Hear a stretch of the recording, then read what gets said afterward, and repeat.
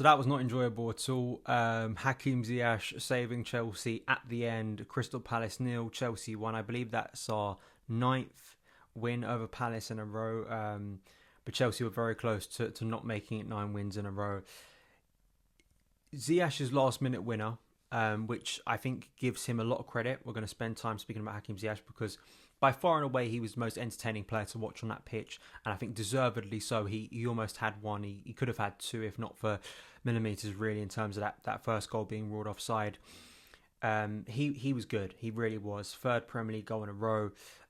Really coming into his own now and has that flair and expression and that game-changing sort of feeling to him now that we kind of hoped he would bring when we signed him. So I want to give some credit to Ziyech because he absolutely deserves it, because he is the biggest positive of today by some distance. But the goal doesn't really change my feelings on the game at all. I mean, maybe for some people, I'm sure if you're at the game, it feels like an incredible win. You know, you're getting close to a really disappointing 0-0 and you get a last-minute winner. But to me, it was still really unenjoyable. You know, watching Chelsea at the moment is just not a lot of fun. And I know that may seem weird because we've just been crowned world champions, but that is what Chelsea is. We're a weird team. I said this after the final last week. Our attacking play and the way we build up, the nature of Chelsea's game, it's just not really engaging. It's not fun to watch. It's not like, say, under Jose where we were efficient, but maybe not the most flair-filled all the time. But we were still getting the job done. You could still see what was happening. You know, we were effective in the final third. It's not even like that. We're not creating chances. We're not building up play in a really efficient way. There are players and there are links. A prime example for me was, you know, Pulisic kind of played as a number 10 in the Club World Cup final, and I think a lot of people were excited about that. And you were kind of thinking against his favourite opponent, Crystal Palace, he could play in that role again with Mason injured, link up well with Lukaku. But it says so much about this season that you get these small glimpses in the attack of connections and moments of chemistry and flair, and you're like, that can be built upon. And in literally the next game, it completely disappears. And that is the massive problem that Tuchel has. The way we play, I saw a guy I follow on Twitter. I haven't been on Twitter much, but someone sent me this. I think his name's Chicago Dimitri. I've sort of had him on some of my Football London articles. Really good guy, and he brought up this map of sort of Chelsea's creative play, or sort of, I think it was a passing map against Spurs actually, which I think a lot of us thought was a good performance, and kind of how the way we build up from full back to centre back to centre back to full back, and it kind of goes in that direction over and over again, how little we progress the ball through midfield. And it was very much like that today. Even though it was a 3 at the back / 4 at the back, it was kind of quite hard to tell quite what the system was. Christensen at times was going really wide onto the right, which made me think in possession we were kind of playing maybe a fluid kind of sometimes in a 4, because of course Malang Sarr comes back in very much as a very deep fullback, but even he was making some advances forward. But it was just so stereotypical, wasn't it, the way Chelsea started? I mean, there was some nice moments. Ziyech from the off looked very creative, put a brilliant ball in. Pulisic at that back post at Selhurst Park where he scored, very close to where he scored before there. A great chance to open the scoring. N'Golo Kante had a chance one-on-one that I think he should have done better with. Brilliant pass and fine from Malang Sarr there. But then as the game wore on, Chelsea's attacking play got worse and worse. Chelsea were very lucky that Wilfried Zaha's shooting boots were off today, and Michael Olise as well. Olise, such an exciting player. And even without Conor Gallagher, you can see what Vieira's building there. Very good, very structured team. Even though they want to be progressive, they still know how to kind of grind games out. And I think they were very unfortunate to come away with nothing today, because I don't think Chelsea greatly deserved anything more than Crystal Palace in the end. I think it was one moment of brilliance. You know, we'll get to Ziyech. Where do we start in terms of the problems once again? I mean, it says so much. And I was thinking this as the game was going on, that we're constantly talking about how good the defence is. So you're constantly picking out Thiago Silva, mopping up things. Of course, Antonio Rudiger, who was a little bit erratic today, but I think still won his battles. Or you're talking about maybe just Chelsea's ability to limit teams to chances, good looks at our goal. But very rarely you're talking about sort of the advanced, areas of the pitch. You're not talking about sort of the nice link up between players. Kai Havertz, who I criticised last week before the final, he scores a goal in a game and in the Club World Cup final that's absolutely massive. But, it comes back to the thing about Kai, that he's just so on the edges of games constantly. This season has just been a real letdown. It really has. And once again, I know people will turn around and go, he's just made Chelsea world champions, but I don't think one penalty can eradicate almost a season now of just consistent performances in the. If we just isolate to the Premier League, he's been massively underwhelming. And again today, just moments where you feel like he can grab the game. There was a moment where he won a free kick in the second half, a burst of acceleration. You don't see that enough from Kai. Games just drift him by, and he's he'll play a simple pass when there was a moment in the first half where he's in a good position in the box, and you're thinking, can he take a shot on goal with his right foot here? Or I know he's obviously left footed, but you think, can you do a bit more here? Can you try and take the game out of the scruff of the neck? Something Ziyech eventually did in this game.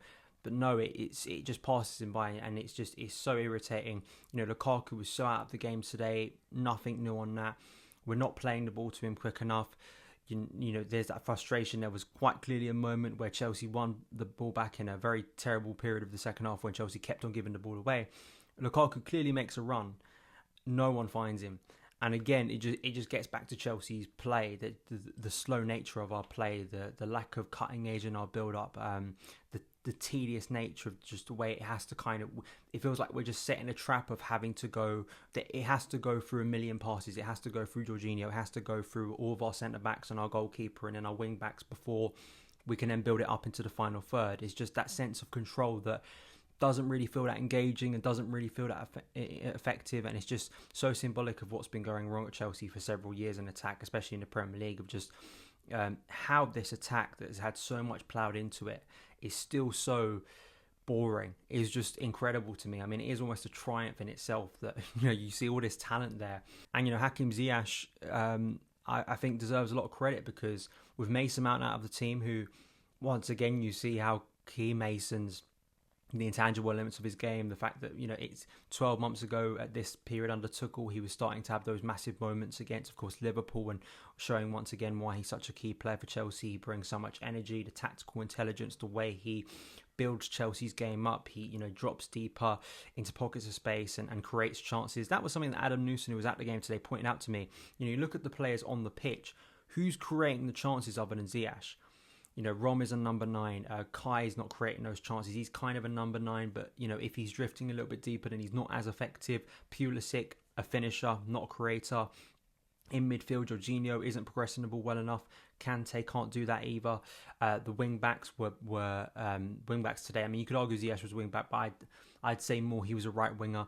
Sarr obviously isn't going to be able to do that. So who in the team, other than say the centre backs in Thiago and Rudiger, who can play those really nice crossfield balls, are creating chances? In the end, it was actually Marcos Alonso, I think, who created the winner for Hakim Ziyech after coming off the bench. But the lack of creativity, and of course no Mason in the team who consistently creates chances, and of course Callum Hudson-Odoi, who wasn't in the squad today. I'm not sure why.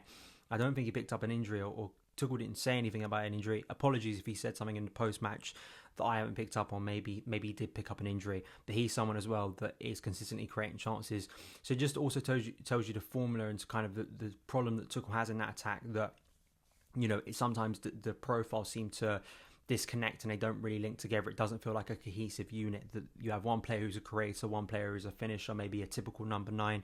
You think back to the days of, say, Willian, Diego Costa and Hazard, very settled roles there, and very much profiles that linked well together for the whole cohesive unit of the team. It seems that so many of these attacking profiles under Tuchel seem to actually they don't gel together. They seem to create more problems rather than solutions, and that is something that Tuchel has been struggling and trying to contend with, trying to fix all season. And obviously not having Mason available, still waiting for Reece to come back, that's obviously a massive chance creator for Chelsea, are big problems. But Ziyech, everything we wanted from him when he signed, this kind of guy who was going to create moments of magic, and he's turning into a bit of a goal scorer now. 3 Premier League goals in a row for Chelsea's current attack. That is pretty prolific, and he is impacting games. I've seen recent games where I've been a little bit frustrated that people haven't picked up on his good performances.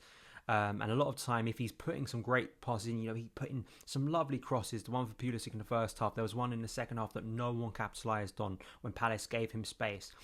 He was constantly trying to make things happen. And that's what you want from Ziyech. You want him to be that creative hub, and I think he took that responsibility on.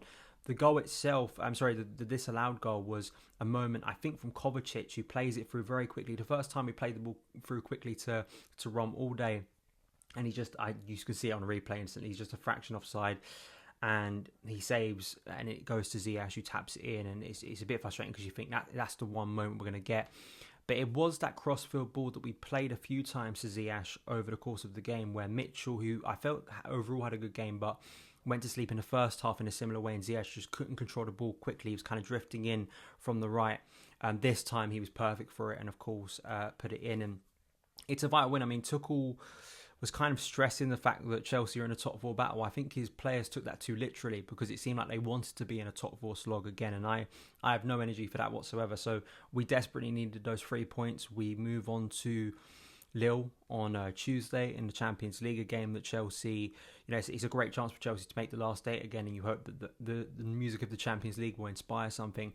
But you still, more questions than answers once again. Am I saying more questions than answers? I think we've all come to the conclusion, or at least we expect that Chelsea's attack isn't really that prolific at the moment, and it isn't linking well. And no one quite has a clear answer of who the best attacking lineup is. I mean, I still think obviously it includes Mason Mount. I think it probably includes Callum Hudson-Odoi based on what I've seen this season, based on how many goals start from Callum on that left side. But you can't say Callum's been faultless. He has had some off performances recently. So there we go, shrug of the shoulders. I mean, we get away with it. I think it's one of those things where Chelsea, for once, get away with one of these situations with a late goal. It kind of feels like something that City and Liverpool do pretty consistently. So grind out when you're not playing well, but still bags to improve. But we go into 2 games now that are high profile, higher stakes, away from the Premier League again. I think 3 games in a row even, because I think the FA Cup game against Luton follows the League Cup final. So again, a bit of a break from the Premier League, but things to be concerned about. And Ziyech, man of the match, brilliant player. Let's hope he continues this form, because he will have a career at Chelsea when I think a few months ago it didn't look that certain. So those are my thoughts. Let me know yours in the comments below, and I will see you again very soon.